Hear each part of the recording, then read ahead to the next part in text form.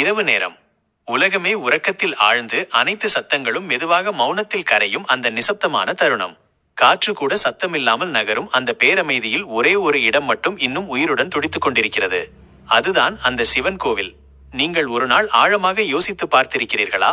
பகல் நேரங்களில் ஆயிரக்கணக்கான பக்தர்களின் கூட்டத்தால் நிறைந்திருக்கும் அந்த ஆலயம் நள்ளிரவில் எப்படி இருக்கும்? அங்கே மனிதர்கள் யாரும் இல்லாத அந்த நேரத்தில் உண்மையில் என்னதான் நடக்கிறது?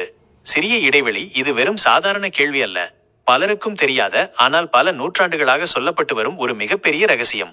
கோவிலின் கதவுகள் மூடப்பட்டு மனித நடமாட்டம் நின்ற பிறகு அந்த இடம் முழுவதும் ஒரு மர்மமான வலிமையான சக்தி நிரம்ப தொடங்குகிறது. அது நம் ஊன கண்களுக்கு தெரியாது, ஆனால் ஆன்மாவால் உணர முடியும். முன்னோர்கள் சொல்வார்கள், அந்த நேரத்தில் தேவர்கள் பூமிக்கு இறங்கி வந்து எம்பெருமான் சிவனை வழிபடுகிறார்கள் என்று. நீங்கள் இதை நம்புகிறீர்களா? அல்லது இது ஒரு கற்பனை கதை என்று நினைக்கிறீர்களா? ஆனால் பழமையான ஆகமங்கள் சொல்வது வேறு. ஒரு கோவில் என்பது வெறும் கற்களால் ஆன கட்டிடம் அல்ல.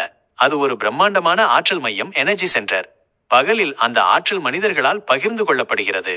ஆனால் இரவில் அது எவ்வித இடையூறுமின்றி முழுமையாக வெளிப்படும். அந்த அமைதியில் கருவறையில் உள்ள லிங்கம் ஒரு தனித்துவமான அதிர்வை, வைப்ரேஷன் உருவாக்கும். அது சாதாரணமானதல்ல, நம் உடலையும் மனதையும் ஊடுருவக்கூடிய வல்லமை கொண்டது. சில பூசாரிகள் கூட சொல்வதுண்டு, நாங்கள் இரவு நேரத்தில் அங்கே தனியாக செல்ல மாட்டோம் என்று.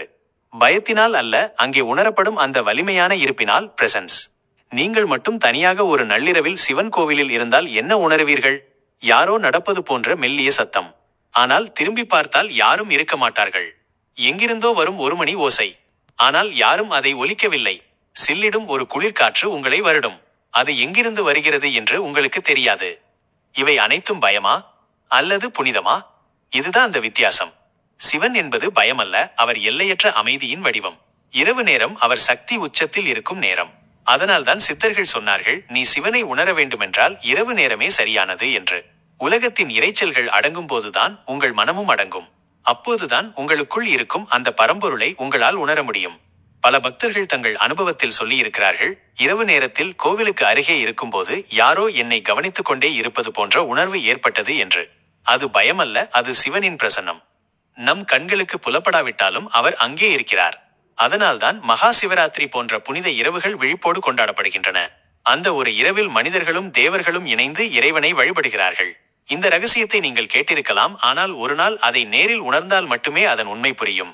இப்போது நான் உங்களிடம் கேட்கிறேன், நீங்கள் துணிச்சலாக ஒரு நாள் இரவு அந்த சிவன் கோவிலின் அருகாமையில் அமைதியாக உட்கார்ந்து பார்ப்பீர்களா? ஆரம்பத்தில் பயம் வந்தாலும் அதை கடந்து அந்த மௌனத்தை கேட்க துணியுங்கள். ஏனென்றால் அந்த பேரமைதிக்குள் தான் ஒரு மாபெரும் ரகசியம் ஒளிந்திருக்கிறது. அதுதான் சிவம். நீங்கள் இப்போது இதை கேட்டுக்கொண்டிருப்பதும் தற்செயலானது அல்ல. ஒருவேளை அந்த சிவன் உங்களை அழைத்துக் கொண்டிருக்கலாம்.